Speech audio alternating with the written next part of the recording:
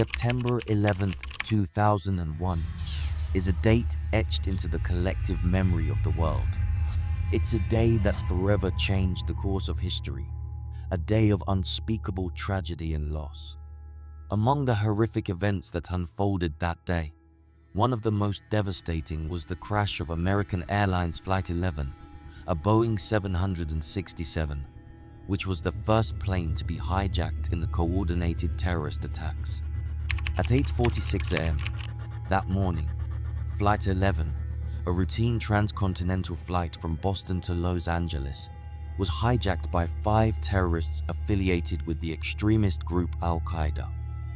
Within 15 minutes, this flight, which had taken off from Logan International Airport just 15 minutes earlier, would crash into the North Tower of the World Trade Center in New York City, killing all 92 people on board, including the hijackers, and contributing to the deaths of thousands of innocent people in the buildings and on the ground. This is the story of American Airlines Flight 11, a flight that, in a matter of minutes, became part of a devastating global tragedy. From its routine departure to the hijacking, the shocking final moments, and the aftermath, the story of this flight is one of human horror, bravery, and an overwhelming sense of loss. American Airlines Flight 11 was scheduled to depart from Logan International Airport in Boston, Massachusetts, at 7:45 a.m. On September 11, 2001, the Boeing 767, a wide-body jet, was bound for Los Angeles International Airport. Flight 11 was a popular route for business travelers, offering passengers a smooth transcontinental journey. The flight crew, experienced and well-prepared, consisted of Captain John Ogonowski, a 52-year-old veteran pilot with over 20 years of experience and more than 11,000 flight hours. First Officer Thomas McGinnis, a 42-year-old co-pilot with over 4,000 hours of flight experience. Flight attendants, Karen Martin, Kathleen Nicosia, and Barbara Aristegui, who had each been with American Airlines for several years and had worked on countless flights, providing service and safety to passengers. The passengers on board were a diverse group of businessmen, tourists, and families. There were 81 passengers, including 2 infants, as well as the 5 hijackers who had boarded the flight in Boston. As the plane taxied for takeoff, there was no indication that this flight would be anything other than a typical transcontinental journey. At 7:59 a.m., Flight 11 took off from Logan International, bound for Los Angeles.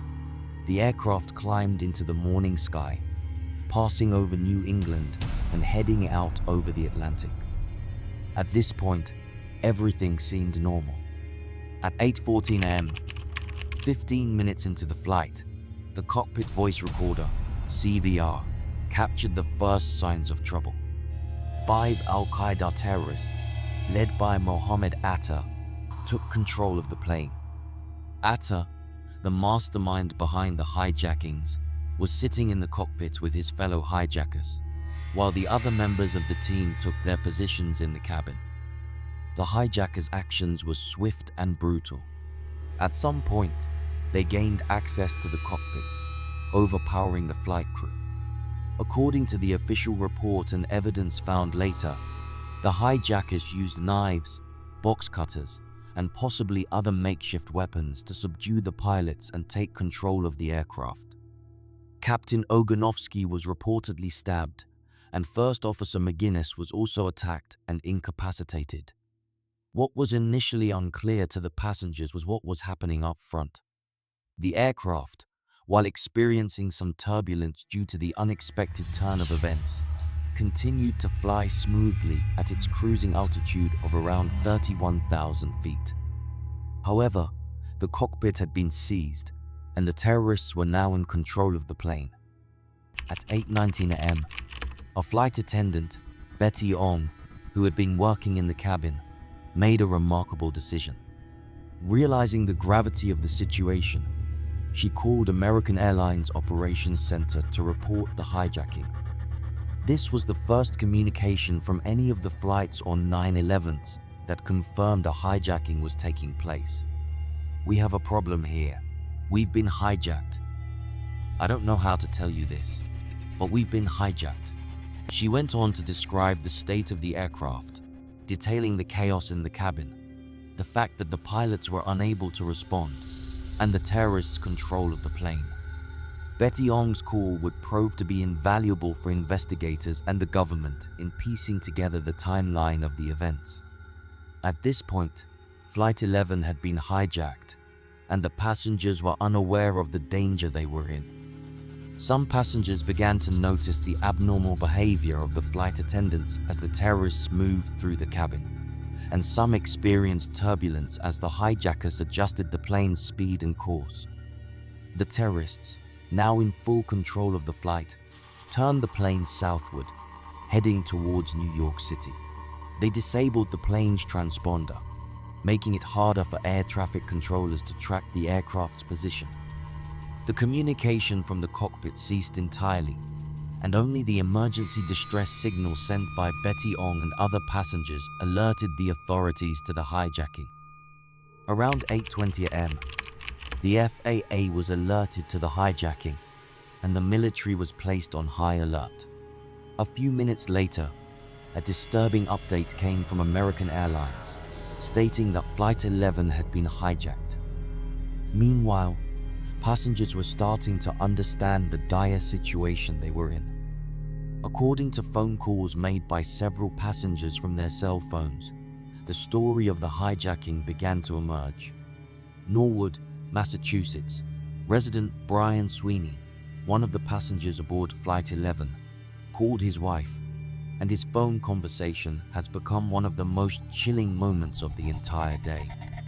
In the call, Brian told his wife about the hijacking, saying that the plane had been taken over by terrorists. He said that he was going to try and fight back. Brian's phone call ended abruptly, but the fear in his voice and his willingness to take action, even at the cost of his own life, became a symbol of the bravery shown by many passengers on that fateful day. Several other passengers called loved ones and left behind final messages. Peter Hansen, another passenger, called his father and told him about the hijacking, adding that they were trying to fight back. Peter, his wife and daughter, who were also on board, were all tragically killed when Flight 11 crashed into the North Tower of the World Trade Center. At 8:46 a.m., just 46 minutes after departing Boston, American Airlines Flight 11 crashed into the North Tower of the World Trade Center in New York City. The plane struck the building between the 93rd and 99th floors at an astonishing speed of approximately 490 miles per hour. The impact caused an enormous explosion, sending a fireball erupting from the building and causing massive destruction. The crash of Flight 11 marked the beginning of the most devastating and tragic series of events in modern history. The impact of the plane ignited a fire that would eventually lead to the collapse of the North Tower just over an hour later. The blast killed all 92 people on board the flight, as well as hundreds more inside the building. The collision sent shockwaves through New York City and around the world. For the people inside the building, the impact was instantaneous, and for those on the ground watching from below, it was a horrific moment that would leave an indelible scar on their memories. The North Tower's windows shattered, debris scattered across the surrounding streets, and the city was thrown into chaos. The crash of American Airlines Flight 11 was the first of 4 coordinated terrorist attacks on 9/11s. The hijacking of Flight 11 set the stage for the subsequent attacks on American Airlines Flight 77, United Airlines Flight 93, and the eventual destruction of the South Tower of the World Trade Center. In total, nearly 3,000 people lost their lives that day, including first responders and civilians who were caught in the crossfire of the attacks. In the aftermath of the crash, investigators pieced together the horrifying story of the hijacking. They confirmed that the 5 hijackers had taken control of the aircraft, overpowered the flight crew, and directed the plane toward New York. The phone calls from passengers, the cockpit voice recorder, and other evidence from the wreckage provided crucial insights into the events leading up to the crash. The impact of Flight 11 on the world was profound. It was not just a tragedy for the families of those who lost their lives on the plane, but a tragedy for the world at large. The events of 9/11 led to sweeping changes in security protocols, airline operations, and international policy. The War on Terror was launched, and the United States and its allies engaged in a series of military operations aimed at combating terrorism. The victims of American Airlines Flight 11, along with all the victims of the 9/11 attacks, are remembered each year with ceremonies and memorials.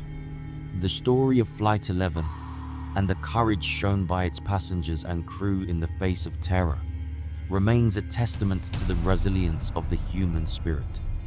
The memory of the victims aboard Flight 11 and the heroic efforts of those who tried to fight back against the hijackers will never be forgotten.